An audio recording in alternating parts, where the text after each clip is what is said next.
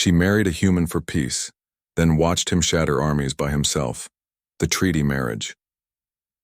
The war had consumed 5 years of Princess Solara's life, and she was exhausted from watching her people suffer. She stood in the crystalline hall of the Dravenian Imperial Palace, surrounded by advisors who spoke in hushed, desperate tones.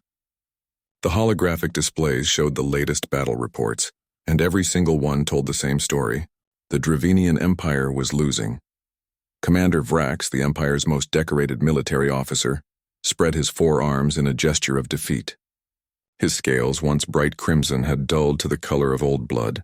Your Majesty, we have lost another 3 battle groups in the outer reach. The humans fight with a ferocity we cannot match. They do not fear death the way civilized species should. Empress Thalia, Solara's mother, looked older than her 400 years. The war had carved deep lines into her elegant face. How many options remain to us, Commander? 2, Your Majesty. We fight until extinction or we negotiate peace. Solara watched her mother's shoulders sag under the weight of impossible choices. The Dravenian Empire had ruled this sector of space for 3,000 years. They had never lost a war. They had never needed to beg for peace. Pride was a luxury they could no longer afford. The humans have offered terms, the Empress said quietly. A marriage alliance. One of their diplomats will wed into our royal family. In exchange, all hostilities cease immediately. Every eye in the chamber turned to Solara. She was the youngest princess, the one they could spare. Her 3 older siblings had more important duties.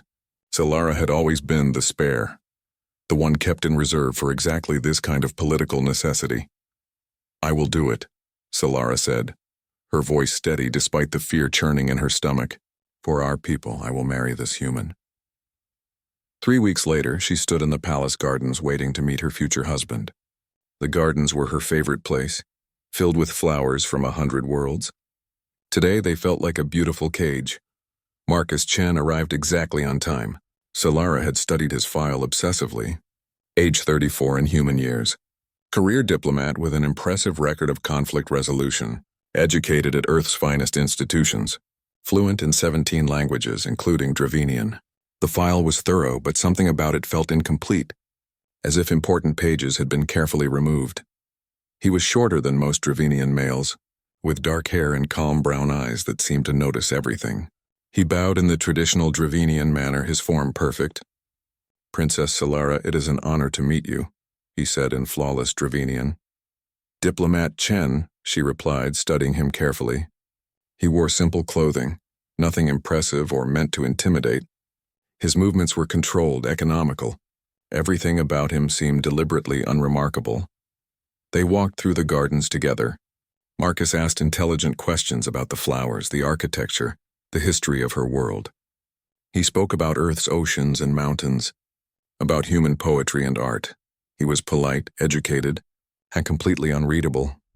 I know this is not what you wanted, Marcus said suddenly, stopping beside a fountain. I am sorry for that. Solara appreciated his honesty. Did you want this marriage? No, he admitted. But I understand why it is necessary. War destroys everything beautiful in the universe. If our marriage can prevent more destruction, then it serves a purpose. That is a very diplomatic answer. Marcus smiled slightly. It is my job. The wedding ceremony took place under the light of 3 moons. Representatives from 1,000 worlds attended. Cameras broadcast the event across both human and Dravenian space. Solara wore traditional white robes embedded with crystals that caught the moonlight. Marcus wore a blend of human and Dravenian formal dress, looking uncomfortable but dignified. They spoke the ancient vows, promising to unite their peoples through their bond. When they joined hands over the sacred flame, sealing their marriage in the sight of the gods, applause erupted from the gathered crowds. The war was over. Peace had finally arrived. Solara felt nothing but emptiness. Marcus moved into the royal residential wing. He took a smaller room and never complained about anything. He spent his days in the Imperial Library, reading historical texts and practicing Dravenian calligraphy. Sometimes he would show Solara his work, pages filled with careful brushstrokes forming ancient poems. You have real talent for this, Solara told him one evening, examining his latest work. I find the practice meditative, Marcus replied. It helps quiet the mind. The Dravenian nobles gossiped constantly about the human prince. They called him weak. They said humanity had sent them a scholar instead of a warrior. Proof that humans now understood their proper place in the galactic order. Solara heard the whispers and said nothing. Let them think what they wanted. But she noticed things about her husband. He woke before dawn every morning and disappeared for an hour. Curious, Solara followed him one morning and found him in an empty courtyard. He moved through a series of exercises that looked like a dance, but there was something lethal in the way he flowed from one position to another. When a stone shifted under her foot, he spun with shocking speed, his hand moving to his side where a weapon would hang. Then he saw her and relaxed, offering a small smile. "Good morning. I did not mean to wake you. What were you doing?" Solara asked. "Old habits," Marcus said carefully. "From before I became a diplomat. I find it helps me think. Before what?" "Before I chose a different path." He did not explain further, and Solara did not press. But she wondered about this man she had married. What path had he walked before becoming a diplomat? What had shaped those careful, controlled movements? Months passed in quiet routine. Marcus tended a small garden he had planted with seeds from Earth. Solara managed her royal duties. They shared meals and spoke about safe subjects: art, literature, philosophy, weather. At night, they retired to separate rooms. The marriage was political, nothing more. Solara sometimes wondered if this was how they would spend the rest of their lives. Two strangers living in polite proximity. It should have been enough. The peace held. Trade flourished. Soldiers returned to their families. Their marriage had accomplished exactly what it was meant to accomplish. It would have been enough if the Korthax had not come. The storm breaks. The first reports arrived during a state banquet. A messenger interrupted the feast, whispering urgently to the Empress. Solara watched her mother's face drain of color, her scales paling to the shade of ice. "What has happened?" Solara asked when the banquet ended. "Raiders," the Empress said, her voice tight with barely controlled fear. "From beyond our borders. They destroyed the outpost stations in the Kelmar system. Completely destroyed them. No survivors. How many ships? Enough to obliterate 3 fortified stations in less than an hour." The attacks continued over the following weeks. The Korthax Dominion, a predator empire from beyond explored space, had found the Dravenians. They tested defenses with small raids, then larger strikes. Their ships were covered in black armor that seemed to absorb light. Their weapons cut through Dravenian shields like they were paper. The War Council met every day. Solara attended as a princess of the royal blood. Marcus came as her husband, sitting quietly in the corner, watching and listening. The general spread holographic tactical displays across the table, showing Korthax fleet movements in red. "They are probing our defenses," Commander Vrax said, his voice grim. "Testing for weaknesses before the main assault. Then we show them strength," another general declared. "We mass our fleets and strike first." "That is what they expect," Marcus said quietly. Everyone turned to stare at him. He rarely spoke during these meetings. "What would you know of military strategy, human?" General Kreth demanded, his tone dripping with contempt. "Enough to recognize a pattern," Marcus replied calmly. "They are not just testing your defenses. They are studying how you respond. Every move you make teaches them about your tactics, your capabilities, your command structure." Commander Vrax leaned forward, his eyes sharp. Unlike the others, he seemed genuinely curious. "What would you suggest?" "Vary your responses. Make them uncertain. Use deception, misdirection. Force them to waste resources preparing for threats that never materialize." General Kreth laughed harshly. "Stick to your books, human. Leave warfare to warriors." Marcus said nothing more, but Solara saw something flicker in his eyes, something cold and distant, like looking into deep space. That night she found him on their balcony staring at the stars. "You were a soldier," she said. "Not a question." Marcus was silent for a long moment. "Once, a long time ago. Why did you not tell them?" "They might have listened. Would they have?" Marcus turned to face her. "Or would they have trusted me less, knowing I came here as a warrior pretending to be a diplomat?" "What kind of soldier were you?" Marcus's jaw tightened. "The kind that did things I am not proud of. Things that needed to be done but that leave marks on your soul." Solara wanted to ask more, but something in his expression stopped her. Whatever he had done, whatever he had been, it still haunted him. The Korthax attacks grew bolder. They struck deeper into Dravenian territory, destroying military outposts and civilian stations alike. The death count climbed into the thousands, then tens of thousands. Solara watched her mother age years and weeks, crushed under the weight of responsibility. At another council meeting, intelligence officers presented grim findings. The Korthax dominion spanned 50 star systems. They had conquered 6 other civilizations in the past 2 centuries. They were predators, and the Dravenian Empire was their newest prey. "We need allies," the Empress said, her voice heavy with desperation. "Contact the Human Federation. Ask if they will honor our alliance treaty." "Mother," Solara began. But Empress Thalia raised a hand. "We have no choice, daughter. We cannot face this threat alone." Marcus stood. "I can make the call. Earth will want to hear from me directly."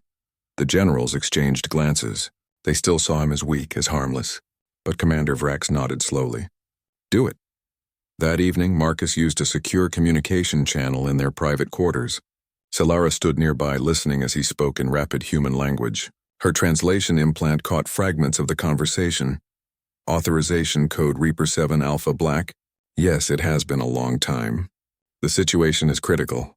They need immediate military assistance under alliance terms." When he ended the call, Solara stared at him. "Reaper?" Marcus sat down heavily, suddenly looking exhausted. "I was not just a soldier, Solara. I was part of something called Ghost Unit Reaper Squadron. We conducted special operations. The missions that could not be done any other way. The missions that officially never happened. And they sent you here as a diplomat." "They sent me here as insurance," Marcus said quietly. "In case the peace failed. In case the Dravenians needed to remember what humans were capable of when pushed." Solara's mind reeled. All this time, her gentle, scholarly husband had been a warrior. Not just any warrior, but someone so dangerous his own government had classified his existence. "Can you help us?" she asked. "Against the Korthax?" Marcus looked at her with sad, tired eyes. "I do not know, but I will try." 5 days later, long-range sensors detected a massive Korthax fleet entering Dravenian space. 300 warships, all converging on the capital system. The Empress ordered total military mobilization. Every available vessel moved to defend the Taurian Gate, the massive space station controlling the only route to the capital world. If the gate fell, the capital would be defenseless. Solara found Marcus packing equipment in their quarters. "Where are you going?" "To the Taurian Gate. I volunteered to assist with the defense." "You? They will never accept your help." Commander Vrax did. "He assigned me as a tactical observer." Marcus smiled grimly. "I think he suspects what I really am." "Then I am coming with you." Solara, "No, I am not asking, Marcus. You are my husband. Where you go, I go." He looked at her for a long moment, then nodded. "Stay close to me. Promise me that." "I promise." They departed for the Taurian Gate the next morning, racing toward the coming storm. Solara did not know it yet, but she was about to discover the true nature of the man she had married. The man she had wed for peace was about to become something else entirely, something terrifying. The Taurian Gate was enormous, a station the size of a small planet. Thousands of ships surrounded it, the entire Dravenian defense fleet preparing for battle. Solara watched through the viewport as their shuttle approached, feeling small and insignificant against the scale of what was coming. Commander Vrax met them at the docking bay. His scales were polished for battle, his forearms laden with weapons. "Princess Solara, Diplomat Chen, welcome to the gate."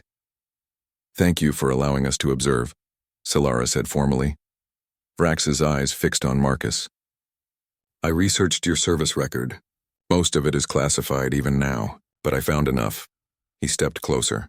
"You ended the war between our peoples, did you not? Not through diplomacy, through action?" Marcus met his gaze steadily. "I helped end it, yes. How?" "I infiltrated your command station at Novara. I placed charges on the primary reactor core and threatened to detonate them unless your fleet withdrew from the Terran colonies. Your commanders chose peace." Marcus's voice was flat, emotionless. 217 people died in the fighting before I reached the reactor. I killed most of them myself." Solara felt ice flood her veins. She had known he was a soldier, but hearing him state it so calmly made it horrifyingly real. Vrax nodded slowly. "I commanded that station. I was off-ship during your infiltration. My second officer was among the casualties. I am sorry. Do not be. It was war. You did what needed to be done." Vrax gestured toward the corridor. A cargo container arrived for you an hour ago. Unmarked human vessel. They said you would know what it was. Marcus's expression did not change, but Solara saw his hands tighten into fists. Thank you. I need to see it. The cargo hold contained a single large case, matte black with human writing stenciled on the side. Marcus opened it with his fingerprint. Inside was armor unlike anything Solara had ever seen. It was sleek and dark, covered in scars and burn marks. Weapons were mounted in custom slots, each one looking more lethal than the last. This is who I was, Marcus said quietly, running his hand over the scarred armor.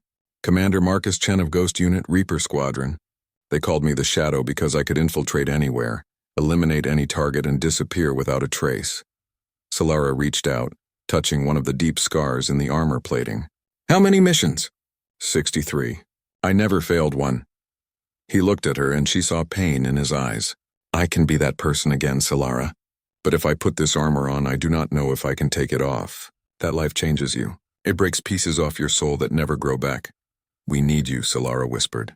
My people need you. I know. The Korthax fleet arrived 4 hours later. Sensors showed 300 warships, their black hulls angular and predatory. They did not bother with communication or demands. They simply attacked. The battle began badly. Korthax ships were fast, their weapons devastating. The Dravenian fleet fought with courage and skill, but they were outmatched. Solara watched from the command center as red icons disappeared from the tactical display, each one representing a destroyed ship and hundreds of dead crew. Then the boarding pods launched. Dozens of them, black cylinders fired from Korthax ships straight at the Taurian gate. They are boarding us, Vrax shouted. All security teams to breach points. Explosions rocked the station as Korthax pods smashed through the hull. Alarm screamed. Solara heard weapons fire echoing through the corridors, getting closer. Marcus stood, already moving toward the door. He had changed into his armor. The black suit made him look like a living shadow, something predatory and inhuman. Where are you going? Solara demanded. To stop them. His voice sounded different through the armor's speakers, deeper and colder. Stay here. Stay safe. Marcus, wait. But he was already gone, running toward the battle while everyone else ran away.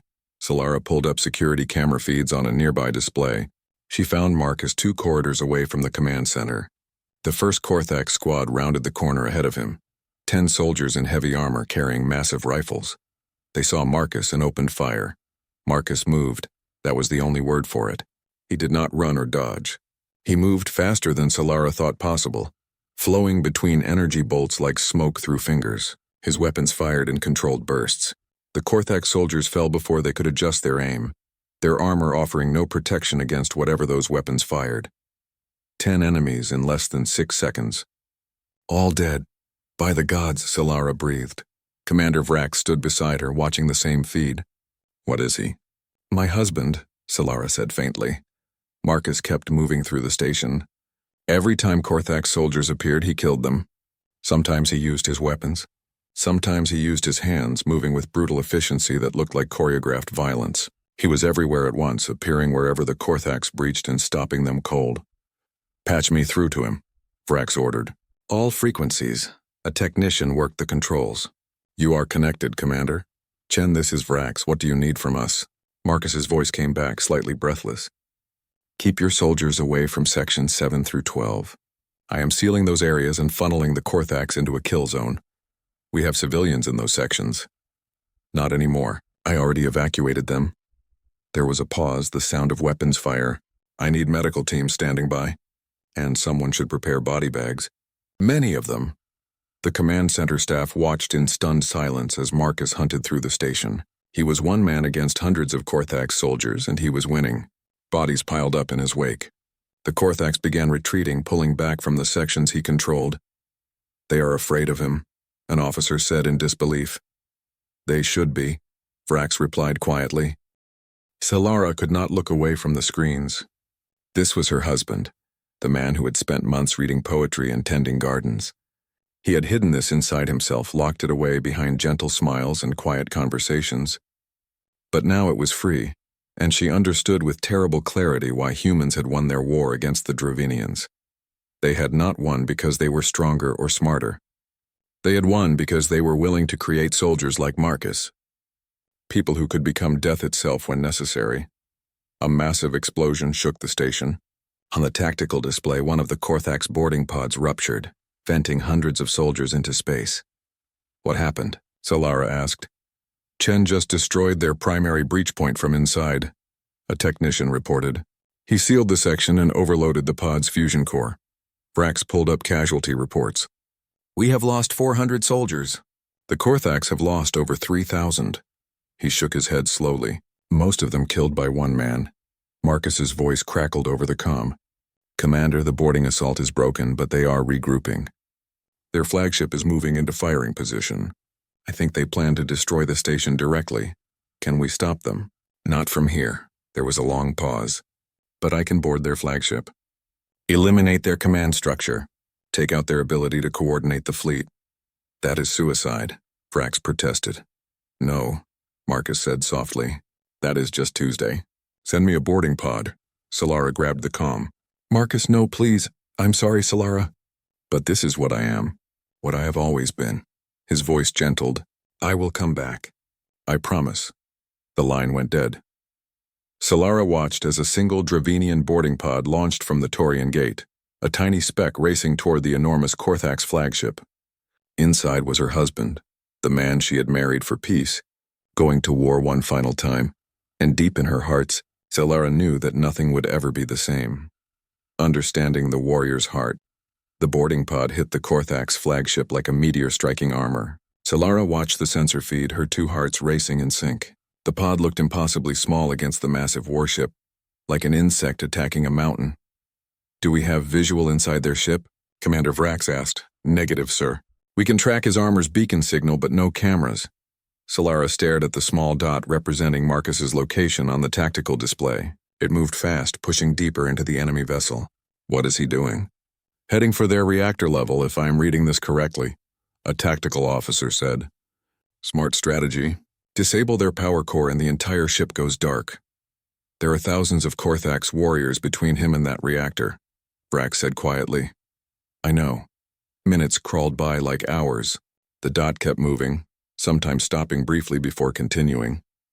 Each pause probably meant Marcus had encountered enemies. Then the dot would resume its relentless advance. An alert flashed on the main display. Commander, the Korthax flagship is launching interceptors. Dozens of them.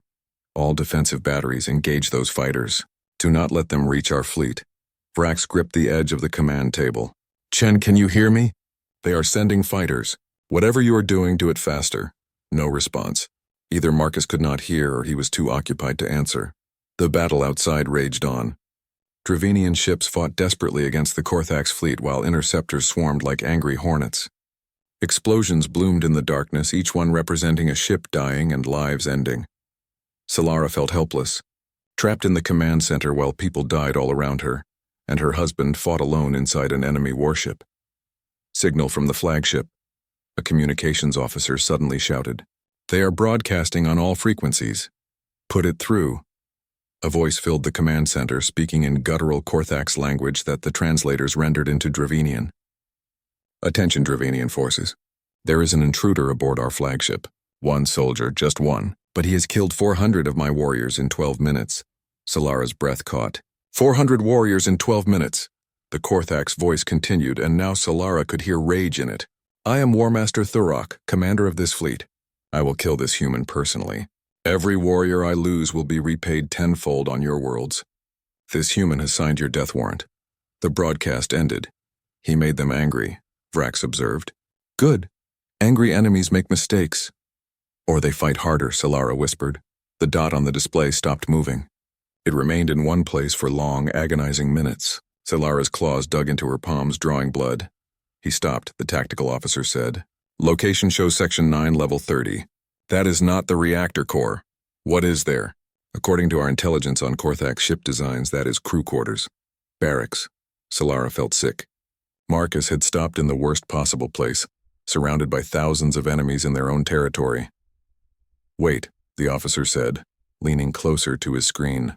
Reading massive power fluctuations in that section. The Korthax flagship's lights flickered. On the main view screen, the massive vessel's running lights dimmed and died. The warship went completely dark except for emergency lighting. He did it, Vrax breathed. He cut their main power. How? Solara asked. He was not at the reactor. Must have found a critical junction point. Overloaded their power grid from inside. Vrax actually smiled. This human continues to surprise me. But the dot still was not moving. Minutes passed. 5, then 10. His armor beacon is getting weaker, the tactical officer said nervously. He might be damaged. Or conserving power, Vrax suggested, but Solara heard doubt in his voice. She could not take it anymore. Send a rescue team, please. Princess, we cannot. The flagship still has thousands of warriors aboard. A rescue team would be slaughtered. Then send me. I will go myself. Absolutely not, Vrax said firmly. If something happens to you, the Empress will have my head. More importantly, the alliance with humanity will collapse. Solara wanted to scream. She wanted to steal a ship and fly to that flagship herself. But Vrax was right. She was trapped by her own importance, forced to watch while Marcus might be dying. The Korthax interceptors broke through the defensive perimeter. 3 of them headed straight for the Taurian gate, weapons charging. Dravenian point defense systems opened fire, filling space with energy tracers. 2 interceptors exploded in brilliant flashes. The 3rd got through. Brace for impact. Someone yelled. The interceptor slammed into the station's lower hull. The explosion shook everything. Alarms wailed as atmosphere vented from damaged sections. Solara grabbed a console to stay upright. Damage report, Vrax barked. Hull breach on levels 15 through 20. We are sealing emergency bulkheads. Casualties estimated at 70 personnel. 70 people dead in one attack. And the battle continued. The dot on the display moved. Just slightly, but it moved. He is alive, Solara shouted. He is moving again. Everyone crowded around the tactical display. The dot crawled forward slower than before, but steady. It was heading upward now toward the command decks of the flagship. That is where War Master Thurok will be, Vrax said. The bridge. The dot stopped again, but only for a minute. Then it jumped forward several corridors in an instant. What just happened? The tactical officer asked, confused. Explosion detected, another officer reported. Large one. He just destroyed something on the flagship's upper command decks. Solara watched the dot resume its climb toward the bridge. Her husband was injured, possibly dying, but he kept moving forward. He had promised to come back, and Marcus always kept his promises. The battle outside was turning desperate. Half the Dravenian fleet was damaged or destroyed. The Taurian gate had taken multiple direct hits. But the Korthax were focused on their flagship now, breaking formation to try to protect it. If we could just make them retreat, Vrax muttered. Break their will to fight. The dot reached the bridge level. It stopped right at the center of the command deck. He is there, Solara whispered. He is on their bridge. For 5 long minutes nothing happened. The battle raged. Ships died. The dot did not move. Then every Korthax ship in the system received a transmission. It appeared on the Dravenian displays too. Audio only.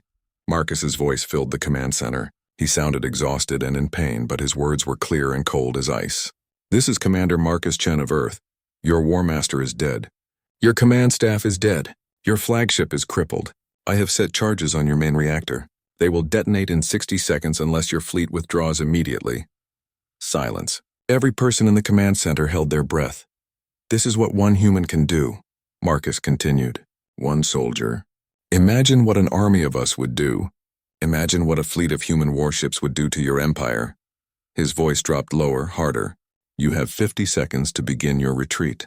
After that, this flagship becomes a tomb, and I will hunt down every ship that remains. Your choice.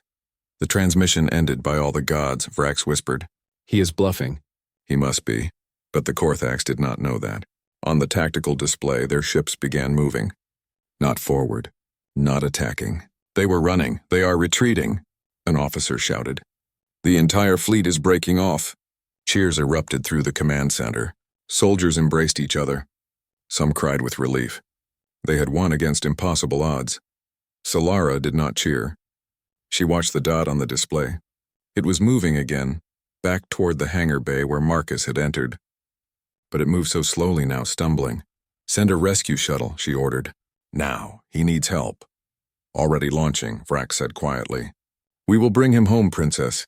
Solara sank into a chair as all strength left her body. The battle was over. The Korthax were fleeing. Marcus had done the impossible, but at what cost? The medical bay was chaos when they brought Marcus in. Wounded soldiers filled every bed. Doctors rushed between them, trying to save lives. Solara pushed through the crowds, following the emergency team carrying Marcus on a stretcher. They had found him in the Korthax flagship's hangar, collapsed beside a pile of dead warriors. His armor was cracked and burned, covered in blood. "Make room!" the lead doctor shouted. "Critical patient." They placed Marcus on a medical table under bright lights. Solara watched as they worked to remove his armor, each piece revealing new injuries. Burns, deep cuts, a puncture wound in his left shoulder where something had penetrated completely through. "How is he still alive?" one doctor muttered. "Human biology," another replied. "Their bodies can survive incredible trauma, but we need to stabilize him immediately." Solara wanted to help, but she would only be in the way. She stood against the wall, watching as they fought to save him. Marcus's eyes were closed. His breathing was shallow and rapid. Without his armor, he looked fragile. Just a man made of flesh and blood like anyone else. Commander Vrax appeared beside her. "Princess, you should rest." "I cannot leave him. He will be in surgery for hours. There is nothing you can do." "I do not care. I am staying." Vrax nodded and stayed with her. Together they watched the doctor's work. Hours passed. The surgery continued. Solara lost track of time, her legs aching from standing. But she did not sit. She barely blinked, afraid that if she looked away, Marcus would slip away from her. Finally, the lead doctor stepped back from the table. "We have stabilized him. He will live. Recovery will take considerable time, but the human body is remarkable. If he were Dravenian, he would be dead several times over." Solara felt tears on her face. She had not realized she was crying. "Can I see him?" "He is unconscious. We induced a medical coma to help his body heal. He will not wake for at least 2 weeks. I do not care. I need to see him." They let her approach the table. Marcus looked peaceful now, the pain gone from his face. Bandages covered most of his body. Machines beeped steadily, monitoring his vital signs. Solara took his hand carefully. His skin was warm, alive. "I am here," she whispered. "I will be here when you wake up. I promise." The days blurred together. Solara stayed in the medical bay, sleeping in a chair beside Marcus's bed. She ate when people brought food. She spoke to visitors when they came. But mostly she just sat and held her husband's hand. News from across the Empire reached her. The Korthax fleet had retreated beyond Dravenian borders and had not returned. Intelligence reports suggested the Korthax leadership was in chaos. War Master Thurok's death had created a power vacuum, and different factions were fighting for control. One human had broken their entire war machine. Visitors came to see Marcus. Admiral Vrax came daily, bringing updates on station repairs. "We found footage from the Korthax flagship," he said one day. "Security cameras that survived. I watched some of it, and?" Solara asked.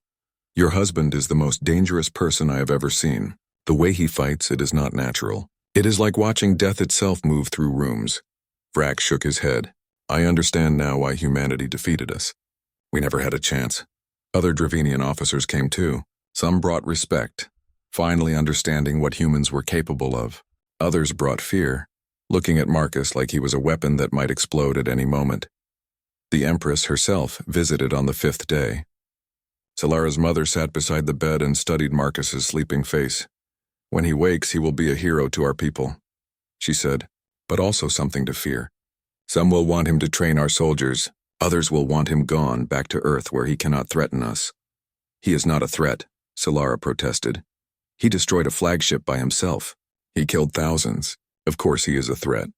Her mother's eyes softened. "But he is also your husband, and he saved us. I will not forget that. Whatever happens, he has my protection." On the 8th day, human ships arrived. 3 warships and a diplomatic vessel, sent by Earth in response to the Dravenian request for aid. They had come too late for the battle, but they came anyway. A woman in a human military uniform visited the medical bay. She was young with the same controlled movements Marcus had. She introduced herself as Commander Sarah Rodriguez. "I served with Marcus," she explained. "We were in Ghost Unit together. When I heard what happened, I had to see him." "He is still in a coma," Solara said. "I know. I just needed to see he was alive." Sarah looked at Marcus with obvious affection. He was the best of us, the one who could complete impossible missions. But that life broke something inside him. When the war ended, he said he was done, said he had found something better. "What did he find?" Solara asked softly. Sarah smiled at her. "You. He mentioned you in his last message to Earth, said he had finally found peace. Then the Korthax came and dragged him back. Will he be okay after this? I do not know, Sarah admitted. Going back to that life, it is like reopening an old wound. But Marcus is strong. If anyone can survive it, he can. On the 14th day, the doctors began reducing the medications, keeping Marcus unconscious. He should wake within a day or two, they told Solara. Be patient. She was anything but patient. She watched his face constantly, looking for signs of consciousness. She talked to him, telling him about everything happening in the Empire, about the peace his sacrifice had purchased. On the 15th day, his eyes opened. Solara was reading to him from a poetry book when it happened. She looked up and found him staring at her. His eyes were tired and filled with pain but aware. Marcus, she grabbed his hand. You are awake. Solara? His voice was rough from disuse. How long? 15 days. You have been unconscious for 15 days. He closed his eyes briefly. The battle. The Korthax, gone. They retreated. You won. How many did we lose? 2,000 Dravinian soldiers. 28 ships. Solara squeezed his hand. It would have been far worse without you. You saved tens of thousands of lives. Marcus turned his head away. I killed thousands too. Korthax warriors. I can still see their faces. They would have killed us all, I know. That does not make it easier. He looked back at her and Solara saw tears in his eyes. I am sorry. I promised you I was done being a soldier. I broke that promise. You saved my people. You have nothing to apologize for. Do I not? He tried to sit up and winced with pain. I am a killer, Solara. That is what I am. That is what I will always be. You married a diplomat, a scholar. You got a monster instead. Solara leaned close, forcing him to look at her. I got a hero. A man who sacrificed his peace, his soul to save people he barely knew. You think that makes you a monster? You are wrong. You watched me kill thousands. You saw what I became. I saw my husband keep his promise. You said you would come back, and you did. She touched his face gently. I do not care what you were. I do not care what you had to become. You are here. You are alive. That is all that matters. Marcus stared at her for a long moment. Then slowly he began to cry. Not quiet tears, but deep racking sobs. All the pain and trauma he had been holding inside came pouring out. Solara held him, careful of his injuries, and let him cry. She did not offer empty words or false comfort. She just stayed with him, the way he had stayed with her through months of quiet companionship. When the tears finally stopped, Marcus took a shaky breath. Thank you. For what? For not leaving. For not being afraid of me. I am afraid, Solara admitted. I am terrified of losing you, of watching you go back to that dark place. But I am not afraid of you. I never will be, he smiled weakly. I do not deserve you. Too bad. You are stuck with me. They sat in comfortable silence for a while, just being together. 3 days later, when Marcus could walk again, they returned to the palace gardens. The flowers were blooming, filling the air with sweet scents. They sat by the fountain where they had first met. And this time, the silence between them was not awkward or distant. It was comfortable, peaceful. The Human Federation is sending military advisors, Marcus said, to help strengthen Dravinian defenses. Commander Vrax personally requested it. And you? They asked me to coordinate the training program, to serve as a liaison between our peoples. He looked at her. I said I would think about it. What will you decide? Marcus was quiet for a moment. I do not want to create more killers, but I can teach people how to protect themselves, how to defend what they love without losing themselves in the process. He took her hand. If I do this, I want to do it right, not as a weapon, but as a teacher. Then that is what you will be. The Empress had offered them a choice after Marcus recovered. They could stay at the palace, continuing their political marriage, or they could leave, travel to Earth or anywhere they wanted. The galaxy was open to them.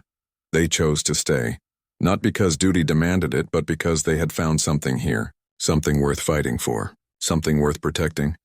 Months passed. Marcus worked with Dravinian military leaders, teaching defensive strategies and tactical thinking. He refused to train assassins or special forces killers, but he taught soldiers how to think like their enemies, how to protect civilians, how to win without becoming monsters themselves. Solara worked beside him, helping bridge the cultural gaps between humans and Dravinians. She learned that leadership was not just about giving orders. It was about understanding people, about sacrifice and compassion. Their relationship changed. The distance that had existed between them dissolved. They learned each other's stories, their fears and hopes and dreams. They learned that love was not about grand gestures or dramatic moments. It was about quiet support, about being present, about choosing each other every single day. One evening, they stood on their balcony watching the sunset. 3 moons rose over the capital city, painting the sky in shades of purple and gold. "Do you regret it?" Solara asked. "Everything that happened?" Marcus was quiet for a long time. "I regret the violence, the death, the nightmares that still wake me some nights." He turned to her. "But I do not regret you. I do not regret finding something worth fighting for, worth living for. I was just a political arrangement. You were at first. A duty, an obligation," he smiled. "But somewhere along the way you became everything. When I heard you were in danger, I did not think about duty or politics. I only knew I had to save you or die trying." Solara leaned against him. "I love you. I should have said it before, but I was afraid." "Afraid of what?" "That you would think I only loved the warrior, the hero, not the man who tends gardens and writes poetry." "And do you love the warrior?" "I love all of you. The scholar, the soldier, the man who can be both gentle and fierce, the husband who came back for me." She looked up at him. "You taught me to be strong. Not by making me a warrior, but by showing me that strength comes in many forms." "You were always strong," Marcus said. "I just helped you see it." They stood together in comfortable silence, watching the stars emerge in the darkening sky. Somewhere up there, human and Dravenian ships patrolled together, protecting the peace they had all fought to win. The road ahead would not be easy. There would be challenges, conflicts, difficult decisions, but they would face them together. A princess who learned courage, a warrior who found peace, and together they would build something better than what came before. Marcus had married Solara for peace. She had married him for the same reason, but they had found something more valuable than any treaty or alliance. They had found each other, and that was worth everything. In a universe full of war and darkness, they had created their own light, and that light would guide them forward through whatever challenges lay ahead. Together. Always together.